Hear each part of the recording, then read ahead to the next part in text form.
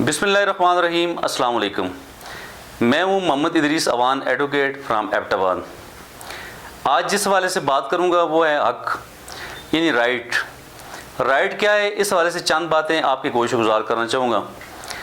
حق ایسا دعویٰ ہے جس کی حفاظت کرنا، عزت کرنا اور تعمیل کرنا دوسروں کی ذمہ داری ہے، اور حق ایک ایسی چیز ہے کہ جس کا دعویٰ کیا جا سکے، یعنی کہ عدالتوں میں یا کسی بھی فورم پہ جس چیز کا دعویٰ کیا جا سکے قانون کے مطابق، وہ حق ہے، یعنی وہ رائٹ ہے۔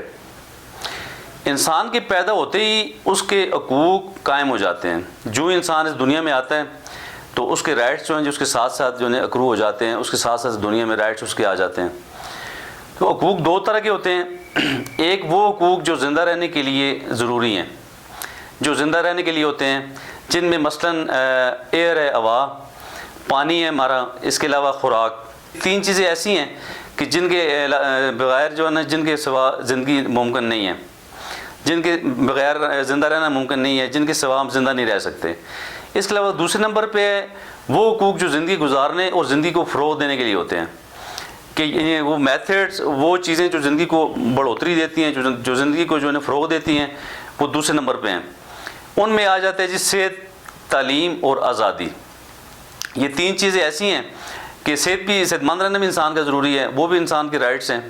اس کے علاوہ ایجوکیشن حاصل کرتا ہے بندہ دنیا میں مقام پیدا کرنے کے لیے، چیزوں کو جاننے کے لیے، یعنی اپنے آپ کے یعنی ذات کے اندر روشنی لانے کے لیے تعلیم بھی ضروری ہے۔ اور اسی طرح انسان کی آزادی، جب انسان آزاد ہوگا تو وہ اپنے تمام کام ایسے طریقے سے سر انجام دے گا، اپنے خیالات جو ہیں جی ان کو بڑی آسانی سے جو ہے نا جی لوگوں تک پہنچائے گا۔ تو یہ تین چیزیں جو ہے نا، یہ آزادی، صحت اور تعلیم، یہ وہ حقوق ہیں جو زندگی کو فروغ دیتے ہیں، جو زندگی کو بڑھوتری دیتے ہیں۔ تو اس کے علاوہ اگر ہم قانون کی نظر میں دیکھیں تو قانون کی نظر میں حق ایسا مفاد ہے جو ملک کے آئین یا دیگر قوانین کے ذریعے دیا جائے اور نافذ بھی کیا جائے۔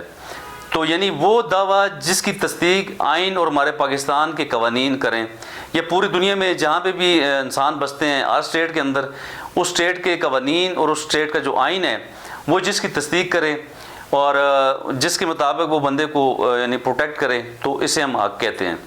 تو حقوق کے لیے ہم نے جنگ لڑنی ہوتی ہے۔